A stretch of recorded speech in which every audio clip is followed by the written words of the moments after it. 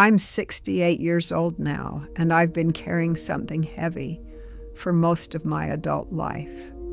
It's strange how you can wake up one morning at this age and realize you've spent decades holding on to anger like it was something precious, like it was keeping you safe. I always thought I'd moved past what happened. I told myself I was fine, but the truth is I was never fine. I was just good at pretending. And now, standing here at 68, I'm learning what it means to finally let go. Not because anyone deserves my forgiveness, but because I deserve peace.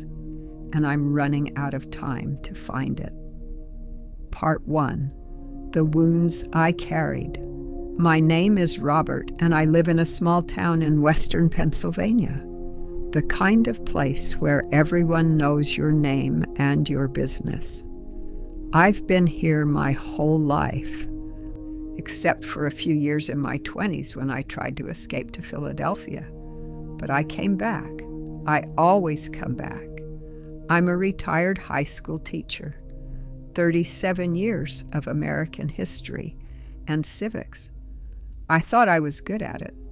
Some students still write to me years later, telling me I made a difference. That helps, but it doesn't fill the empty spaces. I live alone now, have for the past 12 years.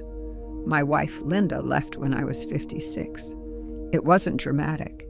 No screaming. No throwing things. She just packed her bags one Tuesday morning while I was at school and left a note on the kitchen table. The note said she couldn't do it anymore, that I was somewhere else, always somewhere else, even when I was sitting right next to her. I didn't understand it then. I thought I'd been a good husband. I worked. I paid the bills. I didn't drink too much. I didn't cheat. What else was there? But Linda saw what I couldn't see, that I'd been gone for years, that some part of me had checked out long before she packed that suitcase. The wound I carried, the one that changed everything, happened when I was 24 years old. My father did something I couldn't forgive, something that cut so deep I stopped speaking to him. I stopped going home for holidays. I stopped answering his calls. My mother would call instead, her voice small and tired, asking me to please just talk to him, just once, but I couldn't. The anger was too big. It filled every room I walked into. What did he do? He fired my younger brother from the family business, not just fired him, humiliated him, called him worthless in front of the other employees. My brother, Danny, was 21 at the time. He'd made mistakes, sure. He was young and reckless and didn't always show up on time. But he was trying. He needed guidance, not cruelty. Danny never recovered from it. He spiraled, started drinking heavily, moved from job to job. He called me sometimes, late at night, slurring his words, telling me Dad had ruined him. And I believed him. I told Danny he was right, that Dad was a bastard, that we were better off without him. I made my brother's pain my own. I carried it like a torch.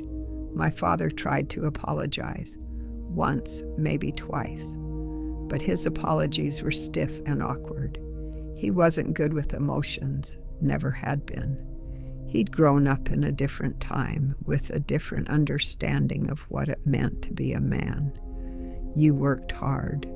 You provided. You didn't talk about feelings. But I needed him to talk about feelings. I needed him to say he was sorry in a way that mattered.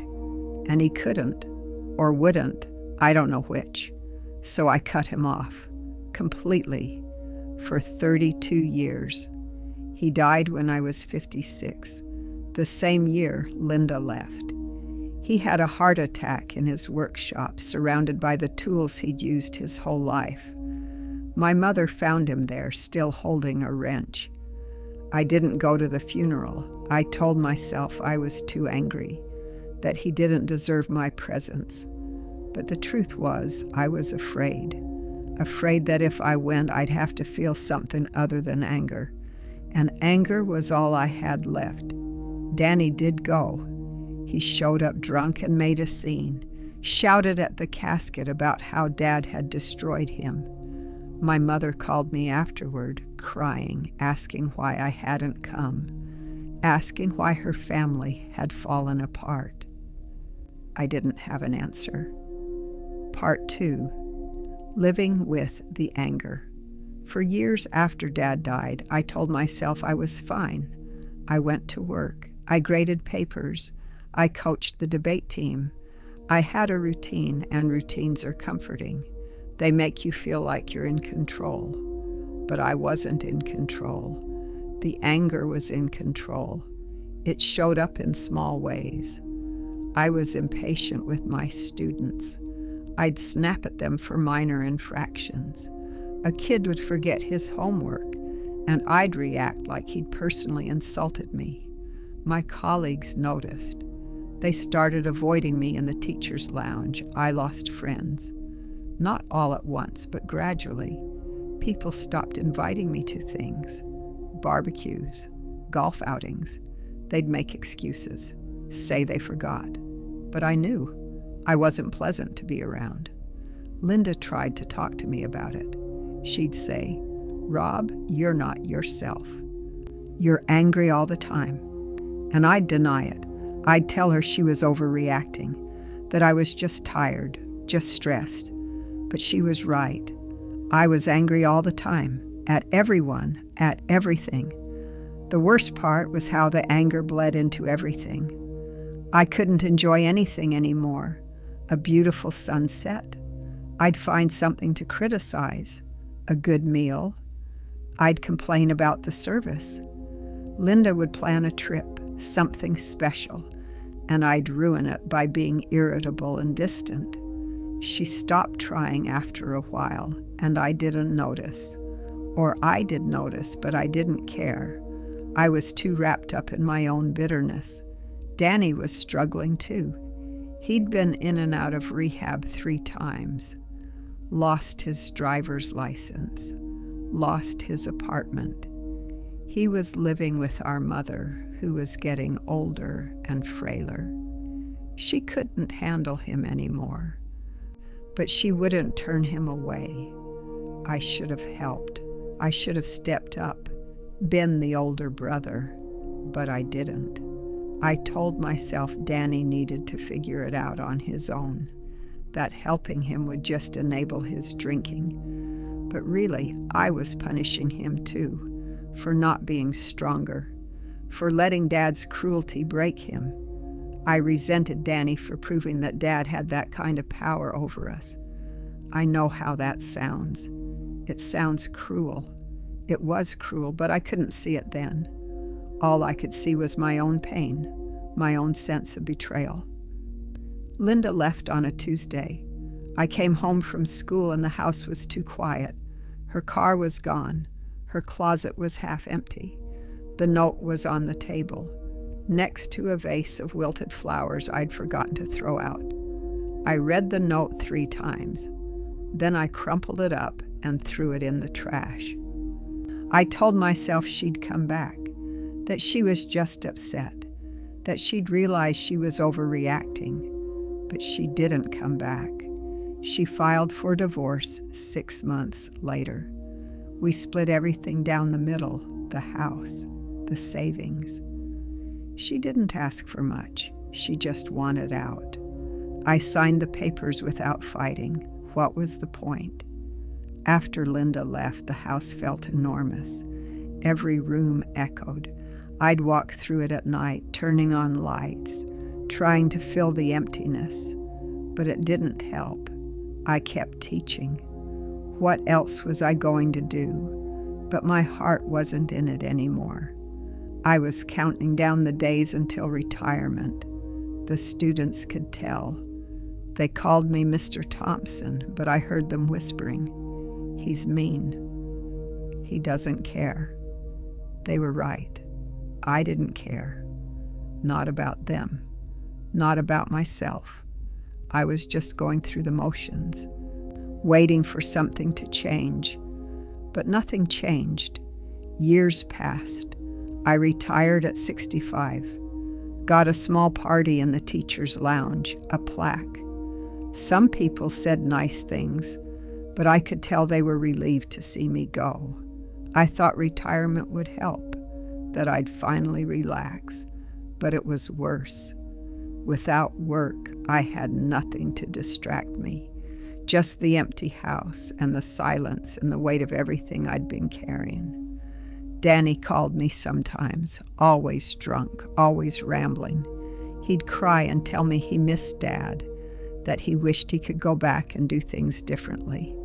And I'd listen for a while, then hang up. I couldn't help him. I couldn't even help myself. My mother called less and less. She was in her 80s now, living in a nursing home. Danny had drunk himself into a coma and barely survived. He was in a facility somewhere trying to get sober again. She'd tell me about it in a flat, exhausted voice, like she'd given up hoping I'd care. And I did care. Somewhere deep down, I cared. But I couldn't reach it. The anger was in the way. Part 3. The moment I woke up. It was a Saturday morning in October. I was 67, almost 68. I'd woken up early, like I always do now, and made coffee. The house was cold. I hadn't turned the heat on yet, trying to save money. Retirement income isn't what you think it'll be. I sat at the kitchen table with my coffee, staring out the window at the backyard. The leaves were falling. The grass needed mowing one last time before winter. I should have felt something. Peace, contentment. But I just felt tired. My chest hurt. A dull ache right in the center. I'd been feeling it for a few weeks, but ignored it. I'm 67. Things hurt. That's life. But that morning, it was worse, sharp, radiating down my left arm. I knew what that meant. Everyone knows what that means. I sat very still, waiting to see if it would pass. And in that moment, sitting alone in my cold kitchen, I realized something. If I died right then, right there, no one would find me for days, maybe weeks. Linda was gone. Danny was barely functional. My mother was too frail. My friends had drifted away. I would die alone, and it would be a while before anyone noticed. That thought should have scared me, but instead it just made me sad. Deeply, profoundly sad. The chest pain eased after a few minutes. It wasn't a heart attack. Not yet. Just a warning. My body telling me to slow down, to take care of myself. I called my doctor on Monday, got an appointment. He ran tests, said my heart was under stress, high blood pressure, high cholesterol. He prescribed medications, told me to exercise, to eat better, to reduce stress. Reduce stress, I said. Sure. He looked at me over his glasses. Robert, you need to take this seriously. You're not invincible. I knew that. I'd never felt less invincible in my life. He asked if I lived alone, if I had family nearby, support. I said yes, I lived alone. No, I didn't have much support. That's not good, he said. Social isolation is a risk factor. You need people, Robert, connection. I nodded and took my prescriptions and left. But his words stuck with me. Connection. When was the last time I'd felt connected to anyone? A few weeks later, I ran into an old colleague at the grocery store. Bill Patterson. He'd taught math at the high school. We'd been friendly once, years ago. Used to grab beers after work. Rob, he said, genuinely happy to see me. How have you been? Fine, I said. You? Good, good. Hey, a few of us get together for coffee on Thursday mornings at the diner. You should join us. I started to decline, make an excuse, but something stopped me. Maybe it was the doctor's words. Maybe it was the memory of that chest pain, the realization of how alone I was. "Sure," I said. "What time?" Thursday morning, I showed up at the diner. Bill was there with 3 other retired teachers. They welcomed me warmly, too warmly, like they were surprised I'd actually shown up. We talked about the usual things, the school, the students, politics, the weather. It was fine. Not exciting, but fine. As I was leaving, Bill walked me to my car. "Rob," he said, "it's good to see you. We've been worried about you. You kind of disappeared after you retired." "I'm fine," I said automatically. "Are you?" He looked at me, really looked at me. "Because you don't seem fine. You seem angry and tired." I opened my mouth to deny it, but I couldn't, because he was right. "I don't know how to not be angry anymore," I said. The words surprised me. I hadn't planned to say them. Bill nodded. "I get that, but anger's exhausting, isn't it?" It was. God, it was exhausting. "My dad and I didn't speak for years," Bill said. "He was an alcoholic, made my childhood hell. I swore I'd never forgive him. Never." He paused. "He died when I was 45. And you know what? I regretted it immediately. Not because he deserved forgiveness, but because I deserved peace." He patted my shoulder and walked back to the diner. I sat in my car for a long time, thinking about what he'd said. That night I couldn't sleep. I kept thinking about my father, about Danny, about Linda, about all the years I'd wasted being angry. I thought about that morning in the kitchen, the chest pain, the realization that I was alone. Was this how I wanted to spend whatever time I had left? Part 4. Choosing to forgive. Forgiveness wasn't a lightning bolt. It wasn't a single moment of clarity where everything made sense. It was slower than that, messier. I started by thinking about my father, really thinking about him, not just the version of him I'd carried in my head for 32 years. He'd grown up during the Depression, lost his own father when he was 12, dropped out of school to work, built a business from nothing, provided for his family, never missed a day of work in 40 years. He wasn't a warm man. He didn't hug us or tell us he loved us, but he showed up. Every single day he showed up, and he'd made a mistake, a big one. He'd humiliated Danny, broken something in my brother that never quite healed. That was real. That happened. But was it the whole story? Was that the only thing that defined him? I thought about the times he'd taught me to fish, the way he'd patiently shown me how to tie a hook, cast a line, how he'd sit with me for hours, not saying much, just being there. I thought about how he'd worked extra shifts to pay for my college, how he'd come to my graduation, standing in the back, looking proud. I thought about the apologies he'd tried to make, the awkward phone calls, the letters I'd thrown away without reading. He'd tried. In his limited, imperfect way, he'd tried. And I'd rejected every attempt, slammed the door in his face over and over again. Was I blameless? Was I the hero of the story? No, I wasn't. I'd made my own mistakes. I'd turned my back on my brother when he needed me.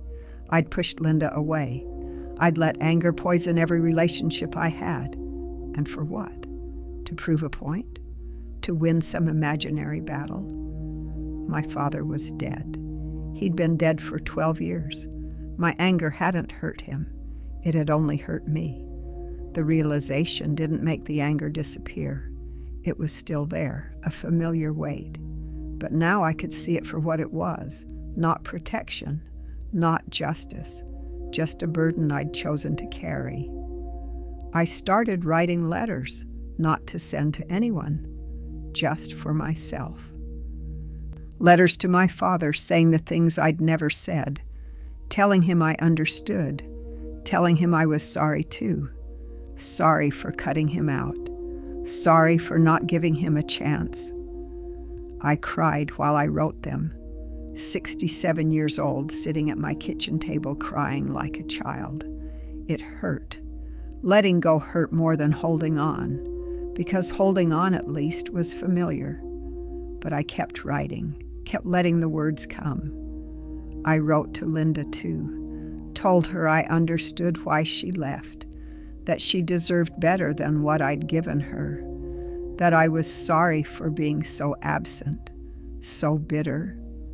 I didn't send that letter either. I didn't know if she'd want to hear from me.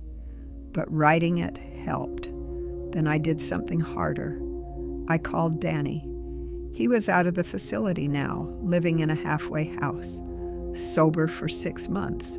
I hadn't talked to him in over a year. The phone rang 4 times. I almost hung up. Then he answered. "Hello? Danny, it's Rob." Silence. Then, "Rob?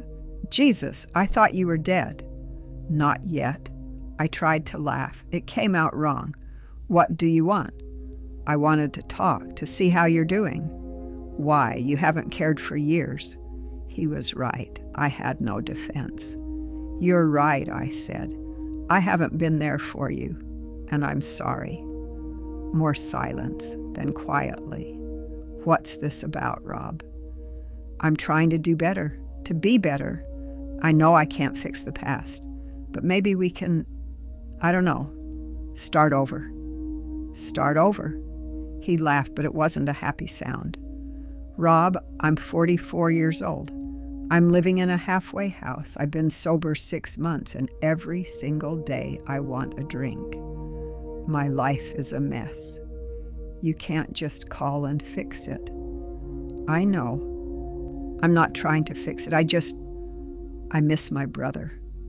I heard him take a shaky breath. "I miss you too. I've missed you for so long." We talked for an hour. It was awkward and painful. We didn't resolve anything, but it was a start. When we hung up, I felt lighter, not cured, not healed, just lighter. I kept going to coffee on Thursday mornings, kept showing up, kept trying to be present. Bill became a friend again, a real friend. We talked about deeper things. He shared his own struggles with forgiveness, his own regrets. One Thursday he said, "You know, Rob, forgiveness isn't about pretending the hurt didn't happen. It's about deciding you're not going to let it run your life anymore." That made sense to me. I wasn't pretending my father hadn't hurt Danny. I wasn't pretending I hadn't been hurt too. But I was deciding not to let it define the rest of my days. I went to visit my mother. She was surprised to see me. I hadn't visited in months. "Robert," she said, taking my hand. Her skin was thin as paper. "You came." "I'm sorry I haven't been here more, Mom." She shook her head. "You're here now." We talked about small things, the food at the nursing home, the weather. Then she said, "Your father loved you. He wasn't good at showing it, but he did." "I know," I said, and I meant it. "He was proud of you, told everyone his son was a teacher, that you were making a difference." I hadn't known that. He'd never told me directly. "I wish I'd talked to him," I said, "before he died." He wished that too. She squeezed my hand. "But Robert, you can't change the past. You can only decide what to do with the time you have left." She was right, as always. Part 5. Life After Forgiveness. It's been 8 months since I started this process. I'm 68 now. My birthday was last week. I spent it with Bill and some of the guys from Coffee. We went to a baseball game. It was nice, simple, good. I'm not going to tell you everything is perfect now. It's not. I still live alone. Linda remarried. She's happy from what I hear. I'm glad for her. She deserves happiness. Danny and I talk once a week. He's still sober, still struggling, but he's trying. We're planning to visit Mom together next month. It'll be the first time we've done something together in over 20 years. I still feel anger sometimes. It bubbles up, unexpected, over small things, but now I recognize it. I can step back and ask myself, is this really about the grocery store being out of milk, or is it about something deeper? Usually it's something deeper, and I'm learning to let it go. I sleep better now. I used to lie awake for hours, replaying old arguments in my head, imagining what I should have said, what I could have done differently. But now, most nights, I sleep through. My blood pressure is better. The doctor is pleased. He says I'm doing well, taking care of myself. I've started volunteering at the library, nothing fancy, just helping kids with their homework, reading to the younger ones. It's good. It reminds me why I became a teacher in the first place. One of the kids asked me last week if I had grandchildren. I said no. She looked sad. "That's too bad," she said. "You'd be a good grandpa." That made me smile. Made me think maybe it's not too late to be good at something. I've been thinking about reaching out to Linda, not to ask for anything, just to apologize properly, to thank her for the good years we had, to let her know I understand now what she tried to tell me all those years. I don't know if I'll do it. Maybe it's better to leave her in peace. But the impulse is there, the desire to make amends. Bill told me something last week that stuck with me. We were sitting at the diner drinking coffee, watching the town wake up. "You seem different, Rob," he said. "Lighter." I feel lighter. That's what forgiveness does. It's not about letting people off the hook. It's about unhooking yourself. That's exactly what it feels like I've been hooked to something heavy for decades, and I finally cut the line. I'm not hooked anymore. I can move, I can breathe. I think about my father sometimes, not with anger, just with sadness. Sadness for the time we lost, sadness for the conversations we never had, but also with gratitude. Because he taught me, even in his absence, even through his mistakes. He taught me that holding on to anger doesn't hurt the people you're angry at. It only hurts you. I wish I'd learned that lesson 30 years ago, but I'm learning it now, and maybe that's enough. Danny and I are talking about taking a trip together, somewhere simple.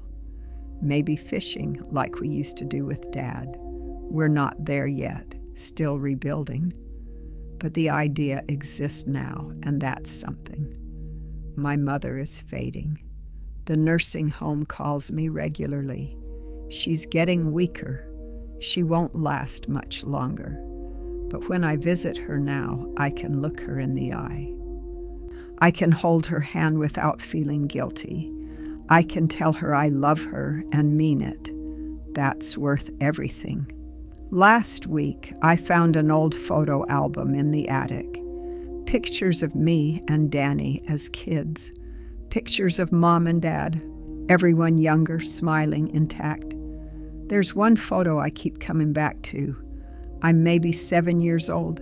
Danny's 4. Dad has his hand on my shoulder. He's not smiling, but he's there, present. And I'm grinning at the camera like I don't have a care in the world. I remember that day. Dad had taken us to the lake. We'd fished and swam and eaten sandwiches Mom packed. It was a good day, a normal day, one of thousands. I'd forgotten about it. Forgotten about all the normal days, all the good days. I'd let one bad day eclipse everything else. That's what anger does. It shrinks your world. It makes one wound bigger than every blessing. I'm 68 years old. I probably have 10 or 15 or maybe 20 years left if I'm lucky. That's not a lot of time. It's certainly not enough time to waste being bitter. So I'm choosing something different. I'm choosing to remember the good days, to be grateful for the people who are still here, to make amends where I can, to forgive where I can't. It's not always easy. Some days are harder than others. Some days the anger comes back, loud and insistent, telling me I was right to hold on to it, telling me I was justified. And maybe I was justified. Maybe my anger made sense, but justified or not, it was killing me, slowly, quietly. And I decided I didn't want to die that way. I want to die at peace, with my brother, with my memories, with myself. I don't know if that's possible. But I'm trying, and trying feels better than not trying. The other morning, I woke up, and the house didn't feel empty. It just felt quiet. There's a difference. Empty is lonely. Quiet is peaceful. I'm learning to appreciate the quiet. So here I am, 68 years old, caring less than I used to, still carrying some things, still a work in progress. I'm not telling you this story because I think I have all the answers. I don't. I'm telling you because maybe you're carrying something heavy too. Maybe you've been carrying it for years, thinking you're protecting yourself, thinking you're staying strong. But maybe, like me, you're just tired. Is there someone you've been carrying anger toward for years? Someone who hurt you? Or someone you couldn't save? Or someone who just didn't know how to love you the way you needed? Do you think forgiveness is still possible later in life, even when the person is gone, even when the hurt is decades old? I don't have your answer, but I found mine, and maybe that's enough.